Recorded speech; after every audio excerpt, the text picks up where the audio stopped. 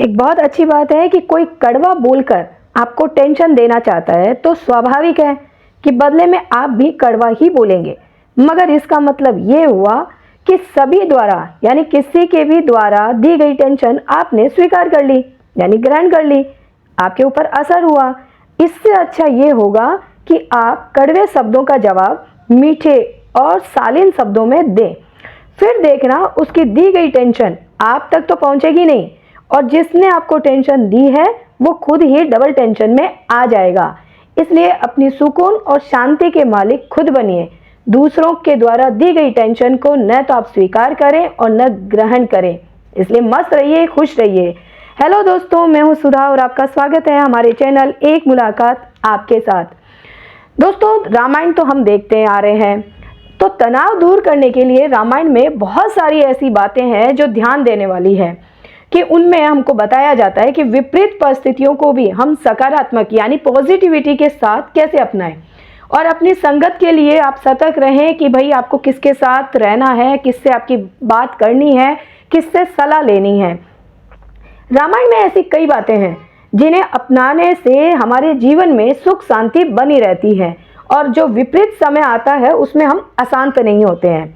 तो आज इस पे अपन 3 बातों पे गौर करेंगे। सबसे पहला, धैर्य और सकारात्मक यानी पॉजिटिविटी के गुण। तो अयोध्या में आपने देखा होगा कि अयोध्या में श्री राम के राज्याभिषेक की तैयारियां चल रही थी। जिस दिन राज्याभिषेक होना था उससे ठीक पहली रात को कैकेयी ने राजा दशरथ से 2 वर मांग लिए थे। पहला कि भरत को राजा बना दे और दूसरा राम को 14 वर्ष का वनवास। राजा दशरथ इससे बहुत समझाया कि कैकेयी ने एक बात न मानी, लेकिन अपनी बात पर वो अड़ी रही। अगले दिन राम को वनवास जाना पड़ा, लेकिन इस बात से श्री राम ने अपना धैर्य नहीं खोया। माता की जो इच्छा है वो पूरी करने के लिए यानी कि सकारात्मक सोच पॉजिटिविटी के साथ वो वनवास जाने के लिए तैयार हो गए खुशी खुशी। तो कोई भी मुश्किल परिस्थिति आ जाए दोस्तों, तो उन्हें धैर्य और सकारात्मक के साथ ही अपनाएं, तो जीवन में कभी भी तनाव आएगा ही नहीं। दोस्तों, दूसरी बात है रामायण के अंदर कि अपनी संगत के लिए सावधान या सतर्क रहें। हमने रामायण में देखा था कि आपने देखा होगा कि रामायण में सुग्रीव ने धर्म के मार्ग पर चलने वाले श्री राम से मित्रता की थी और श्री राम ने सुग्रीव की परेशानी दूर करके उसे किष्किंधा का राजा बनाया। सुग्रीव ने भी सीता की खोज में पूरी वानर सेना लगा दी थी। तो दोस्तों, हमारे आसपास जो लोग रहते हैं उनका हमारी सोच और हमारे जीवन पर गहरा असर होता है। दोस्तों, हमें भी ऐसे लोगों की संगत में रहना चाहिए जो धर्म के अनुसार काम करते हैं, जिनकी सोच अच्छी हो और अपने मित्र की मदद के लिए वो हर क्षण हर पल तैयार रहते हैं। अच्छे व्यक्ति की संगत में रहेंगे तो कभी भी परेशानियां आती ही नहीं है।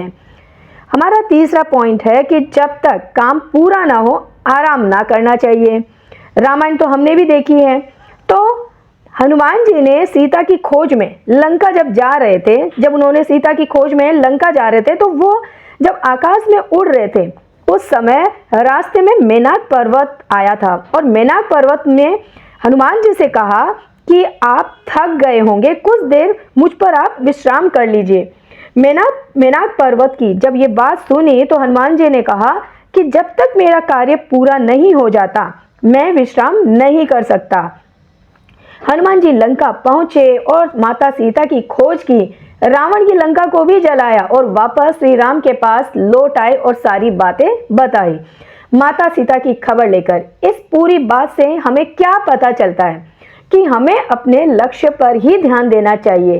कार्य करते समय दोस्तों बीच बीच में थकान हो जाती है, आराम करने का मन भी होता है, लेकिन हमें इन बातों में उलझना नहीं चाहिए कि जब तक कार्य पूरा न हो जाए हमें विश्राम नहीं करना चाहिए।